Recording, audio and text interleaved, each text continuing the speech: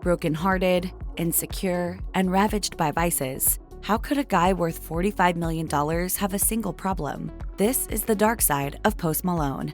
The rapper rose to fame after his first track, White Iverson, went viral in 2015. Now, with 10 Grammy nominations under his belt, Malone is a household name. Recalling his career beginnings to the Fader in 2015, he said, "6 years ago, I started playing guitar because of Guitar Hero. I am 5-star everything on Expert Mode Guitar Hero 3.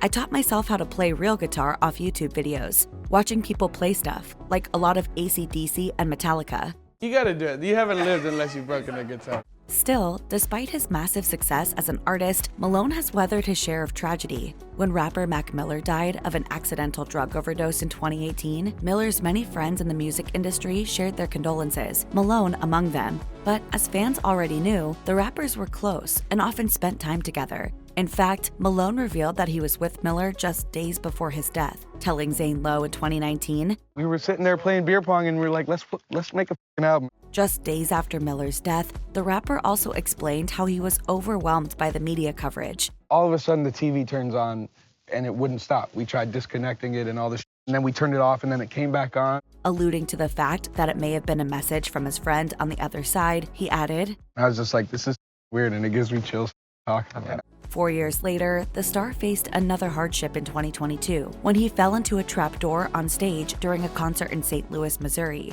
The rapper took a break to get medical assistance and returned to finish the show. Later, Malone explained that he had fallen into the place where his guitar is stored. There's this big ass hole, so I go around there and I turn the corner and bust my ass. Malone followed up the incident with a hospital visit, saying of his freshly bruised ribs, They gave me some pain meds and everything, so we can keep kicking ass on the tour. But while the St. Louis crowd was quick to forgive the artist for the short set, not all of his followers are so kind, especially when it comes to his looks. Malone's tattoos are arguably his most recognizable feature, and he uses them to cope with his own insecurity. As he told GQ, "I'm a ugly-ass motherfucker. I don't like how I look, so I'm going to put something cool on there so I can look at myself and say, 'You look cool, kid,' and have a modicum of self-confidence when it comes to my appearance." Under my eyes it says always tired, because I'm always tired. But unfortunately for Malone, multiple fans have nominated the star to undergo a Queer Eye makeover. Show co-host Karamo Brown took to Twitter to ask why he was receiving so many requests for Malone, and whether the star asked to appear on the show himself.